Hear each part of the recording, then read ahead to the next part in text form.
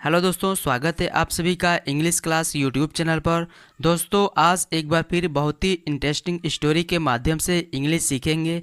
आज की क्लास में आप लोग इंग्लिश को पढ़ना सीखने के साथ साथ इसमें आए हुए सभी ग्रामर को भी एक एक करके बहुत ही अच्छे से सीखेंगे, जिससे अगर आप इस स्टोरीज वाले वीडियोस को रोज़ देखते हैं तो आपकी इंग्लिश रीडिंग प्रैक्टिस के साथ साथ आपकी ग्रामर में भी अच्छी सुधार होती जाएगी।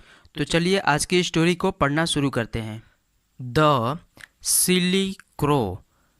सिली का मतलब होता है मूर्ख, क्रो मतलब कौवा, यानी कि मूर्ख कौवा।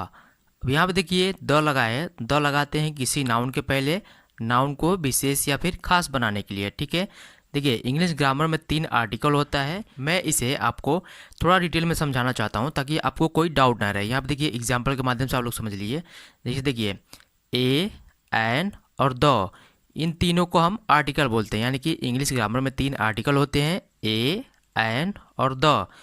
अब इसमें देखिए ए एन को हम इंडेफिनिट आर्टिकल बोलते हैं, और इंडेफिनिट का मतलब होता है अनिश्चित, यानी कि ए एन को अनिश्चित आर्टिकल बोलते हैं, जबकि द को हम डेफिनिट आर्टिकल यानी कि निश्चित आर्टिकल बोलते हैं। अब देखिए इन दोनों को अनिश्चित क्यों बोला जाता है, क्योंकि आपको पता है कि ये ए एन और द, इन्हें हम आर्टिकल बोलते हैं और इनका यूज हमेशा नाउन के तुरंत पहले किया जाता है। ठीक है, तो ए एन का जो यूज होता है इसे हम ऐसे नाउन के पहले यूज करते हैं जो अनिश्चित हो, यानी कि जिसके बारे में हमें पहले से कोई जानकारी नहीं हो, अर्थात ऐसा नाउन जिसके बारे में हम पहली बार बात कर रहे हैं, तो ऐसे नाउन के आगे हम ए अथवा एन का यूज़ करेंगे। जबकि ऐसा नाउन जो निश्चित हो, यानी कि जिसके बारे में हमें पहले से जानकारी हो, या फिर ऐसा नाउन जिसके बारे में हमें पहले से जानकारी हो और दोबारा उसके बारे में जब बात करेंगे तो उसके आगे हम हमेशा द का यूज़ करेंगे। या फिर ऐसा नाउन अगर हमें उसके बारे में पहली बार ही बात करना हो, लेकिन अगर हमें उसे विशेष या यानी कि खास बनाना हो, तो उसके आगे हम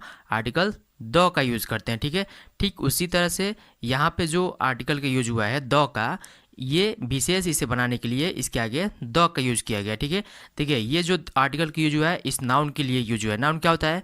नाउन जो होता है किसी व्यक्ति, वस्तु, स्थान, गुण, अवस्था के नाम को हम नाउन कहते हैं, या फिर बिल्कुल अगर सरल भाषा में समझे तो किसी भी नाम को हम नाउन कहते हैं, यानी कि जिसे हम नाम दे सके वो नाउन कहलाता है। नाउन मतलब संज्ञा। ठीक है, तो ये क्रो, क्रो को हम यानी कि कौवा, कौवे को हम क्रो नाम से जानते हैं, तो ये आपका नाम है, तो ये आपका नाउन हो गया। ठीक है, तो नाउन के पहले हम आर्टिकल द का यूज़ किए हैं क्योंकि इसे हम विशेष बनाना चाहते हैं। ठीक है, यानी कि ऐसे क्रो के बारे में बात की जा रही है जो इस स्टोरी में दी हुई है, तो ये एक विशेष प्रकार का क्रो हो गया।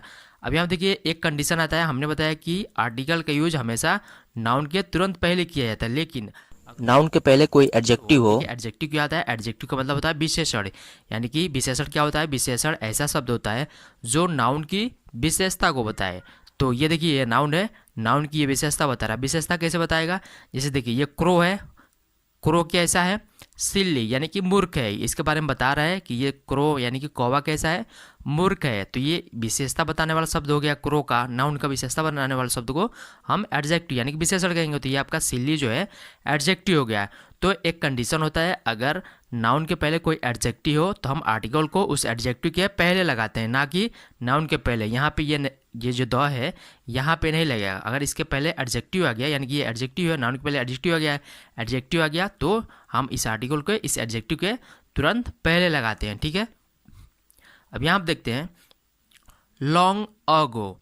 लॉन्ग मतलब होता है लंबा या फिर बहुत, अगो मतलब पहले यानी कि बहुत पहले। देखिए जो इंग्लिश वर्ड होता है उसका हिंदी में कई अर्थ होता है और कई प्रकार से यूज़ किया जाता है, तो कौन से वर्ड का अर्थ कैसा होगा और कहाँ पे उसे यूज़ करना है वो हम सेंटेंस के बेस पे उसको देखते हैं। ठीक है, तो मैं इसमें जो भी वर्ड आया होगा उसका जो यूजेस है और उसका जो अर्थ है मैं इस स्टोरी या फिर सेंटेंस के बेस पे बताऊंगा। एक वर्ड का कई मीनिंग होता है, कई यूजेस होते हैं। ठीक है, तो मैं वही यूजेस और मीनिंग बताऊंगा जो इस स्टोरी में दी हुई है। ठीक है, अगर मैं पूरा बताने लगूंगा तो आपको कंफ्यूजन हो जाएगा, तो इसलिए मैं सिर्फ एक ही यूजेस और एक ही उसके बारे में बताऊंगा। ठीक है, तो आप लोग ध्यान दीजिएगा जो भी मैं बताऊंगा। ठीक है, मैं कोशिश करूंगा कि और भी जो यूजेस हैं साथ साथ बताते चलो। ठीक है, तो यहाँ से पढ़ते हैं लॉन्ग अगो। लॉन्ग मतलब बहुत, एगो मतलब पहले यानी कि बहुत पहले।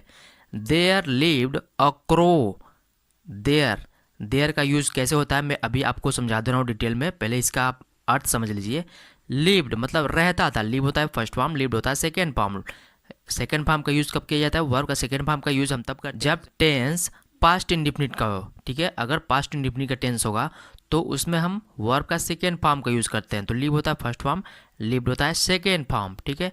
और मतलब एक, क्रोमिस कौवा यानी कि एक कौवा रहता था, ठीक है। लिव मतलब होता है रहना, लिव मतलब रहता था यानी कि एक कौवा रहता था, ठीक है। अब यहाँ देखिए देयर का यूज हुआ है। देयर का यूज क्या होता है? देयर मतलब वहाँ भी होता है, एक इसका अर्थ होता है वहाँ, और एक इसका कोई अर्थ नहीं होता है। देयर का हम यूज करते हैं जब किसी सेंटेंस में कोई स्पष्ट सब्जेक्ट ना हो, ठीक है, तो उसकी शुरुआत हम देयर से करते हैं।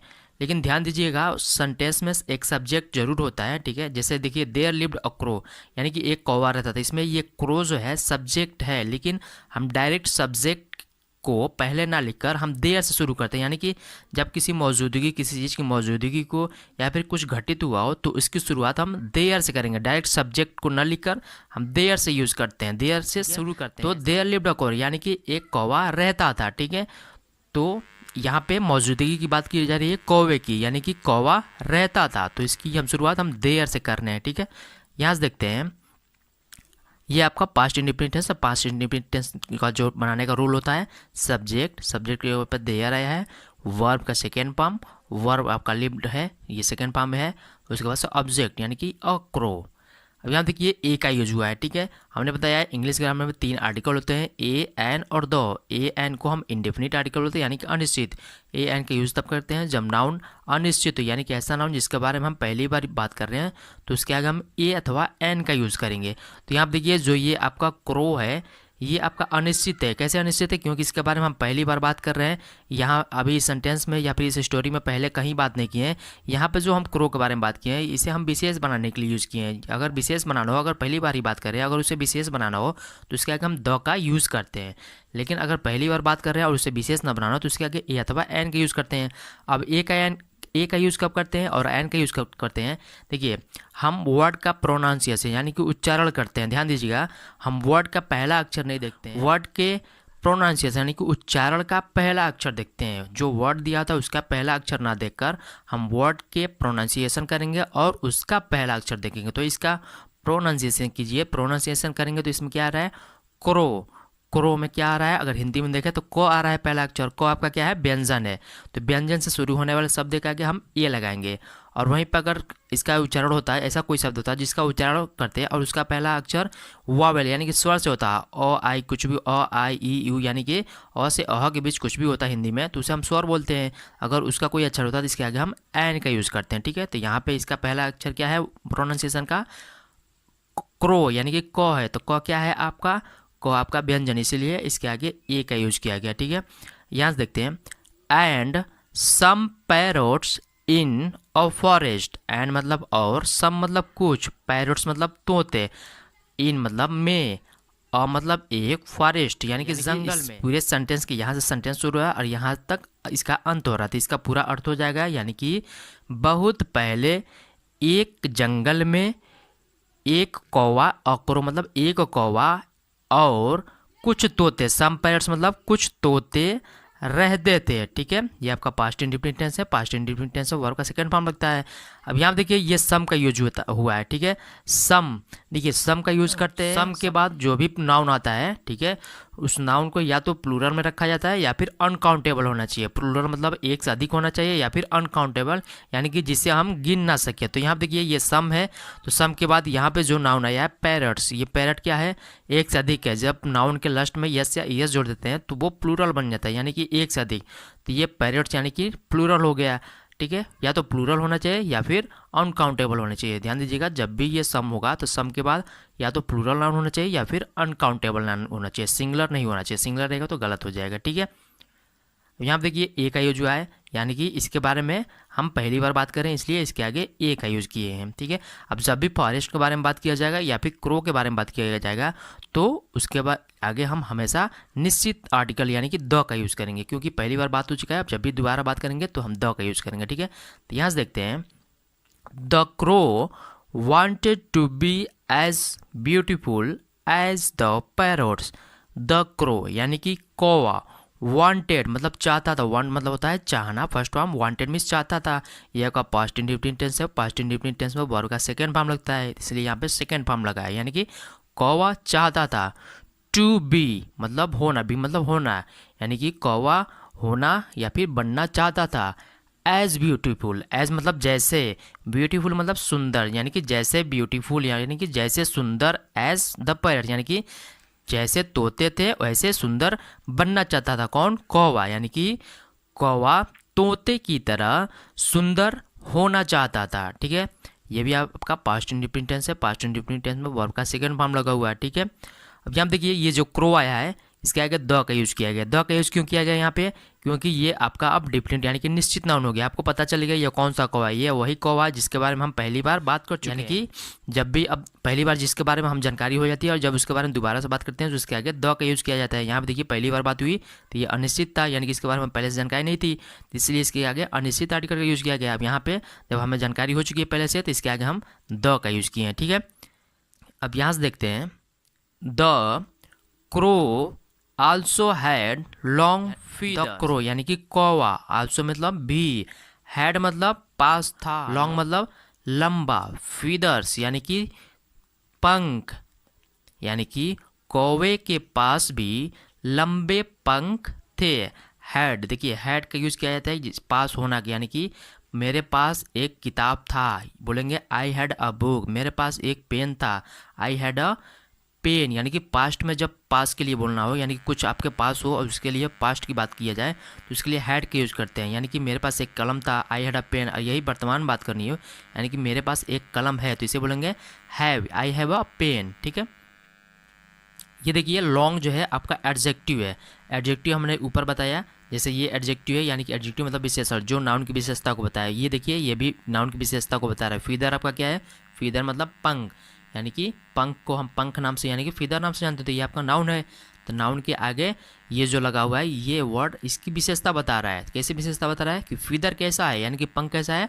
लॉन्ग है, तो ये विशेषता बता रहा है, इसलिए विशेषता बताने वाले शब्द को हम एडजेक्टिव यानी कि विशेषण बोलेंगे, इसलिए लॉन्ग आपका एडजेक्टिव हो गया। ठीक है, but it was not colourful, but मतलब लेकिन, इट मतलब यह, वॉज मीन्स था, नॉट मीन्स नहीं, कलरफुल यानी कि रंगीन, कलर मतलब होता है रंग, कलरफुल का मतलब रंगीन, लेकिन यह रंगीन नहीं था।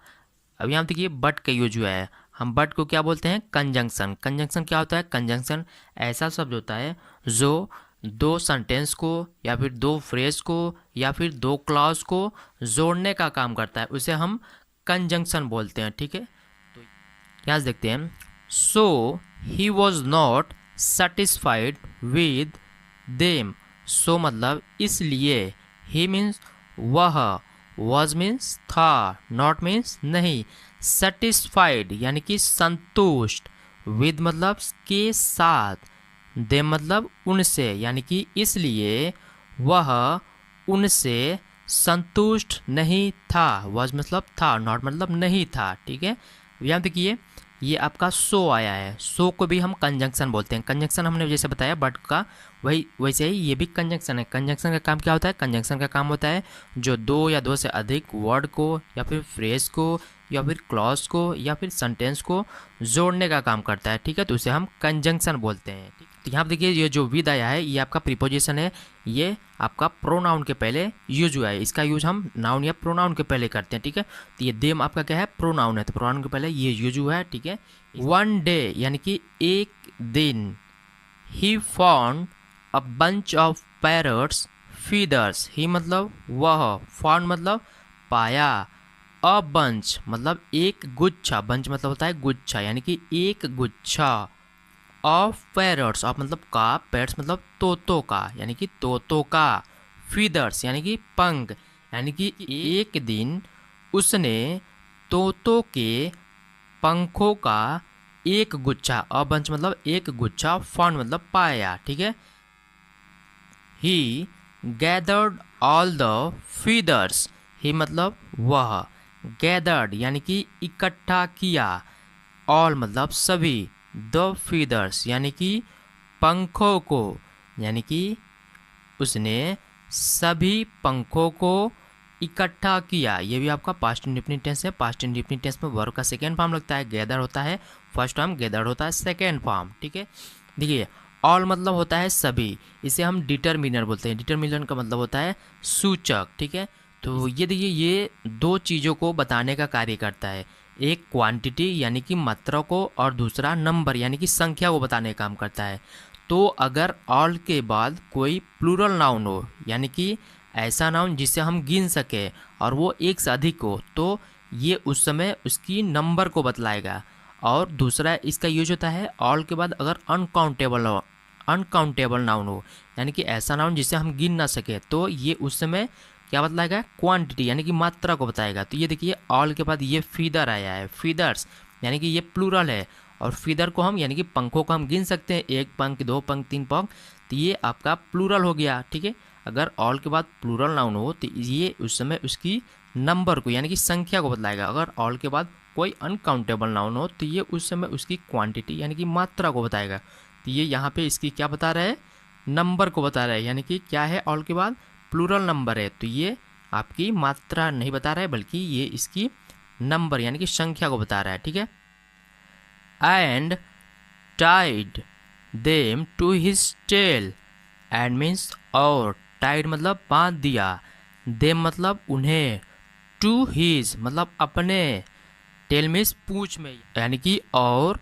उसने इन्हें अपने पूंछ में बांध दिया। टाइड मतलब बांध दिया होता है। ठीक है, ये आपका पास्ट इंडेफिनिट टेंस है। पास्ट इंडेफिनिट टेंस में वर्ब का सेकंड फॉर्म लगता है, टाई होता है फर्स्ट फॉर्म, टाई मतलब बांधना, टाइड मतलब बांध दिया। ठीक है,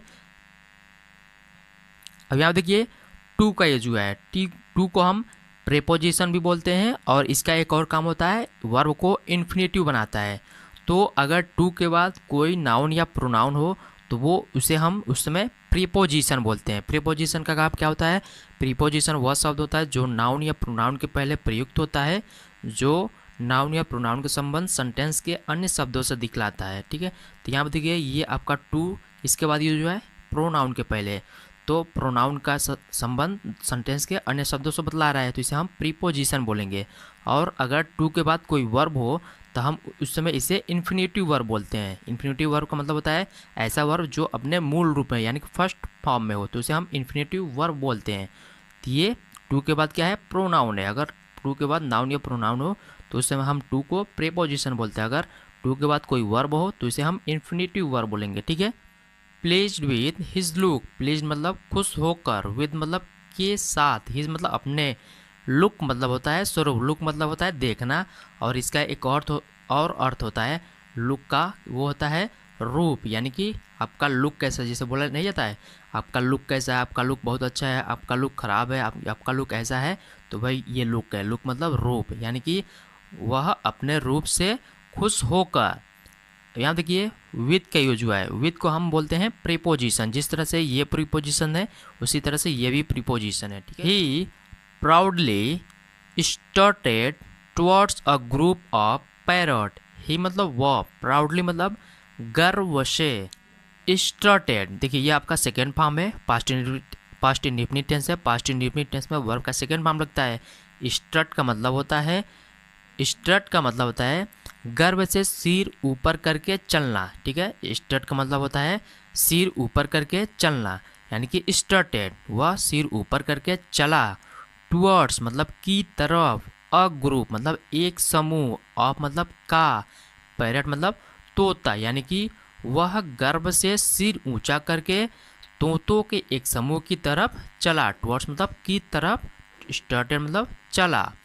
as he was enjoying his time, as मतलब जैसा कि, ही मतलब वह, वॉज मतलब था, इंजॉइंग मतलब आनंद कर रहा, इंजॉय मतलब होता है आनंद करना, लास्ट में आईएनजी जुड़ा है, इसका मतलब हो गया वो काम जारी है। जब वर्ब के लास्ट में आईएनजी जुड़ जाता है इसका मतलब होता है वो काम जारी है, यानी कि एंजॉय यानी कि आनंद करते हुए, हिज मतलब अपने, टाइम मतलब समय को, यानी कि जैसा कि वह अपने समय का आनंद करते हुए या फिर आनंद लेते हुए। यह आपका पास्ट कंटिन्यूअस टेंस है। पास्ट कंटिन्यूअस का जो बनाने का रूल होता है, सब्जेक्ट की जगह पे ही है, वॉज या वर, जब ये सब्जेक्ट आपका सिंगुलर होगा तो वॉज, जब सब्जेक्ट प्लूरल होगा तो वर, ठीक है। तो सब्जेक्ट आपका सिंगुलर है इसलिए वॉज। उसके बाद से आएगा आपका जो वर्ब होता है उसमें लास्ट में आईएनजी जोड़ दिया जाता है, ठीक है। जो ये एंजॉय है इसके लास्ट में आईएनजी जोड़ दिया यानी कि एंजॉइंग। और उसके बाद से ऑब्जेक्ट यानी कि जैसे कि वह अपने समय का आनंद ले रहा था। The parrots recognised, the parrots यानी कि तोतों ने, रिकॉग्नाइज्ड मतलब पहचान लिया, पास्ट इंडेफिनिट टेंस है। पास्ट इंडेफिनिट टेंस में वर्ब का सेकंड फॉर्म लगता है, रिकॉग्नाइज मतलब पहचान लेना, रिकॉग्नाइज मतलब पहचान लिए यानी कि तोतों ने पहचान लिए। दैट मतलब कि he did not belong to their group, he means वह डिड नॉट बिलोंग, बिलोंग मतलब संबंध रखना यानी कि ये आपका पास्ट इंडेफिनिट टेंस का निगेटिव सेंटेंस है। डिड नॉट, ये हम पास्ट इंडेफिनिट टेंस में जब भी निगेटिव सेंटेंस बनाना हो तो उसके साथ हम डिड लगाते हैं और उसके बाद से नॉट, यानी कि तोतों ने पहचान लिया कि वह संबंध नहीं रखता था। टू देयर मतलब उनके, देयर मतलब उनके, ग्रुप मतलब समूह का, यानी कि तोतों ने पहचान लिया कि वह उनके समूह से संबंध नहीं रखता। देखिए जब पास्ट इंडेफिनिट टेंस का अफर्मेटिव यानी कि पॉजिटिव सेंटेंस हो तो उसमें हम वर्ब का सेकेंड फॉर्म लगता है, सेकेंड फॉर्म लगाते हैं। लेकिन अगर वही निगेटिव सेंटेंस है तो हम वर्ब का फर्स्ट फॉर्म लगाते हैं। तो ये आपका निगेटिव सेंटेंस इसलिए यहाँ पे वर्ब का फर्स्ट फॉर्म लगाएं, ठीक है। सेकेंड फॉर्म लगाएंगे जब अफर्मेटिव सेंटेंस रहेगा और जब निगेटिव रहेगा तो फर्स्ट फॉर्म लगाएंगे, ठीक है। ध्यान दीजिएगा इस बात को। यहाँ से देखते हैं, दे पेक्ड एट हिम, दे मतलब वे, पेक्ड, पेक का मतलब होता है चोंच मारना, ये आपका पास्ट इंडेफिनिट टेंस है। वर्ब का सेकेंड फॉर्म लगेगा यानी कि चोंच मारा, यानी कि दे मतलब वे या फिर उन्होंने चोंच मारा। एट मतलब पर, हिम मतलब उस, यानी कि उन्होंने उस पर चोंच मारा। And tore all the feathers of his tail, and मतलब ओ, टोर मतलब निकाल दिए या फिर फाड़ दिए। देखिए टीयर, TEAR, टीयर का मतलब होता है फाड़ना, एक और इसका यूज होता है निकालना। तो ये आपका पास्ट इंडेफिनिट टेंस है। पास्ट इंडेफिनिट टेंस में वर्ब का सेकंड फॉर्म लगता है इसलिए टीयर का टोर हो गया है। और इसका थर्ड फॉर्म होता है टॉर्न, TORN, यानी कि फाड़ दिया, यानी कि उन्होंने निकाल दिया या फिर फाड़ दिया। यहाँ पे जो इसका अर्थ होगा निकालना, ठीक है। ऑल द फीदर्स, ऑल मतलब सभी, द फीदर्स मतलब पंखों को, ऑफ हिज टेल यानी कि हिज मतलब उसके, टेल मतलब पूंछ से, यानी कि उन्होंने उस पर चोंच मारा और उसकी पूंछ के सारे पंखों को नोच दिया या फिर निकाल दिया। अब यहाँ देखिए ये दैट आया है, दैट को हम प्रोनाउन भी बोलते हैं और कंजंक्शन भी बोलते हैं। प्रोनाउन क्या होता है? प्रोनाउन ऐसा शब्द होता है जो नाउन की बदले बोला जाए, ठीक है, तो उसे हम प्रोनाउन कहते हैं यानी कि सर्वनाम। और कंजंक्शन हमने बताया है ऊपर, कंजंक्शन क्या होता है? कंजंक्शन ऐसा शब्द होता है जो दो या दो से अधिक वर्ड्स या फ्रेज या क्लॉज या सेंटेंस को जोड़ने का काम करता है। तो ये जो यहाँ पे दैट आया है, यहाँ पे कंजंक्शन का काम कर रहा है, प्रोनाउन का नहीं बल्कि कंजंक्शन का काम करता है। अगर यह प्रोनाउन का काम करता है तो दैट का मतलब होता है वह, लेकिन इसका यहाँ पे मतलब है की, तो की का मतलब हुआ ये कंजंक्शन का काम कर रहा है, ठीक है। देखिए अगर आपको समझ में नहीं आ रहा है कि हम इसे कब की पढ़ें और इसे कब वह पढ़ें, तो एक मैं आपको ट्रिक दे रहा हूँ, ठीक है। ज़्यादातर संभावना ऐसा होता है कि वो काम करे, ठीक है। अगर आपको समझ में नहीं आ रहा है तो आप वो ट्रिक लगा सकते हैं। देखिए कैसे, कि जब वर्ब या एडवर्ब या नाउन के बाद दैट का यूज किया गया हो तो इसका अर्थ निकलेगा की, ठीक है। तो यहाँ देखिए ये रिकॉग्नाइज क्या है? आपका वर्ब है, तो वर्ब के बाद ये दैट आया है तो इसका हम अर्थ निकालेंगे की, ठीक है। तो जब भी वर्ब या एडवर्ब या फिर नाउन का यूज किया, नाउन के बाद इसका यूज किया गया होगा तो इसका अर्थ निकलेगा कि, बाकी समय इसका अर्थ वह निकलेगा यानी कि प्रोनाउन, ठीक है। डिसअपॉइंटेड यानी कि निराश होकर, ठीक है। डिसअपॉइंट होता है फर्स्ट फॉर्म यानी कि निराश होना, डिसअपॉइंटेड सेकंड फॉर्म होता है निराश होकर। He walked back to his friends, he मतलब वह, वॉकड यानी कि चला। देखिए वॉक का मतलब होता है चलना या फिर टहलना, तो यहाँ पे जो इसका मीनिंग आएगा चलना आएगा, ठीक है। ये देखिए पास्ट इंडेफिनिट टेंस है, पास्ट इंडेफिनिट टेंस में वर्ब का सेकंड फॉर्म लगता है इसलिए यहाँ पे वॉक का वॉकड हो गया है। ध्यान दीजिएगा इसका जो हम प्रोनाउंसिएशन यानी कि उच्चारण करते हैं वॉक बोलते हैं। एल इसमें साइलेंट होता है, इसलिए वॉक नहीं पढ़ेंगे, इसे वॉक पढ़ेंगे, ठीक है। बैक, बैक मतलब वापस, बैक मतलब पीछे भी होता है और एक होता है वापस, तो यहाँ इसके मीनिंग आएगा वापस, यानी कि वह वापस चला गया। टू हीज मतलब अपने फ्रेंड्स में, दोस्तों के पास, यानी कि निराश होकर वह अपने दोस्तों के पास चला गया। वॉकड बैक मतलब वापस चला गया। यहाँ देखिए टू आया, टू को हमने बताया ऊपर, इसे हम प्रीपोजिशन बोलते हैं और इन्फिनेटिव भी बोलते हैं। इन्फिनेटिव वर्ब का काम कर, इन्फिनेटिव कब बोलेंगे, जब यह वर्ब के पहले लगा हो तो इसे हम इन्फिनेटिव का काम करता है, और जब यह नाउन या प्रोनाउन के पहले लगा होगा तो इसे हम प्रीपोजिशन बोलते हैं। तो यहाँ हम देखिए ये टू कहाँ लगा है, नाउन प्रोनाउन के पहले लगा है, तो इसे हम प्रीपोजिशन बोलेंगे। जैसे यहाँ पे ये प्रोनाउन के पहले लगा हुआ है तो इसे हम प्रीपोजिशन बोले हैं, ठीक है। तो यहाँ पे भी ये प्रीपोजिशन है। और यहाँ देखिए ये फ्रेंड है, फ्रेंड आपका क्या है, नाउन। नाउन वो होता है जिसे हम नाम दे सके, तो इस फ्रेंड को हम फ्रेंड नाम से जानते हैं, तो इसलिए ये आपका नाउन हो गया है। तो नाउन के लास्ट में जब या यस या ईएस जोड़ देते हैं तो वो एक से अधिक हो जाता है, यानी कि वो प्लूरल हो जाता है। यहाँ पे एस जुड़ा गया है, यानी कि एक से अधिक, यानी कि उसने वापस अपने दोस्तों के पास चला गया। Laughing at his silly behaviour, laughing मतलब हंसते हुए। देखिए जो वर्ब होता है, वर्ब के लास्ट, जब वर्ब में लास्ट में आईएनजी जोड़ देते हैं उसे हम जिरंड बोलते हैं, यानी कि जब वर्ब के लास्ट में आईएनजी जोड़ देते हैं उसका मतलब होता है वो काम जारी है। लॉफ मतलब हंसना, लॉफिंग मतलब हंसते हुए, यानी कि हंसते हुए।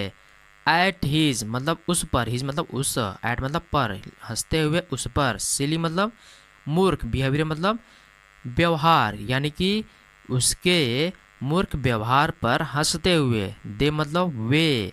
एडवाइस यानी कि सलाह दिए, एडवाइस मतलब होता है सलाह देना, एडवाइस सेकंड फॉर्म है, यानी कि ये पास्ट इंडिपेंडेंट टेंस है, पास्ट इंडिपेंडेंट टेंस में वर्ब का सेकंड फॉर्म लगता है, इसलिए दे एडवाइस उन्होंने सलाह दिया। ही मतलब उसे, यानी कि उसके मूर्खतापूर्ण व्यवहार पर हंसते हुए वे उन्होंने या फिर उन्होंने सलाह दिया। It is not only fine feathers needed to make a fine bird.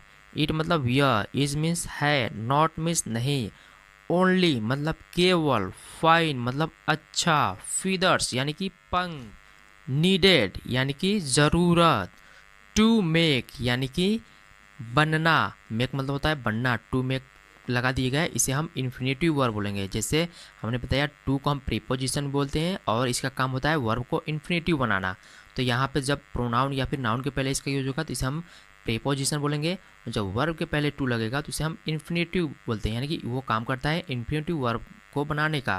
तो यहाँ देखिए मेक होता है बनाना, मेक आपका वर्ब है, वर्ब के पहले टू आया तो इसे हम इन्फिनेटिव वर्ब बोलेंगे। इन्फिनेटिव वर्ब होता है जो मूल रूप में होता है, ठीक है, यानी कि टू मेक मतलब बनना, ऑफ फाइन मतलब एक अच्छा, बर्ड मतलब चिड़िया, यानी कि उन्होंने उसे सलाह दिया कि एक अच्छी चिड़िया बनने के लिए केवल अच्छे पंखों की ही ज़रूरत नहीं है। तो ये थी आज की स्टोरी। आई होप आप लोग को इस स्टोरी में बहुत कुछ सीखने को मिला होगा। इसी तरह से आप डेली इंग्लिश स्टोरी के माध्यम से इंग्लिश ग्रामर को और साथ ही इंग्लिश को पढ़ना सीखने के लिए चैनल को लाइक और सब्सक्राइब कर लीजिए। Thank you.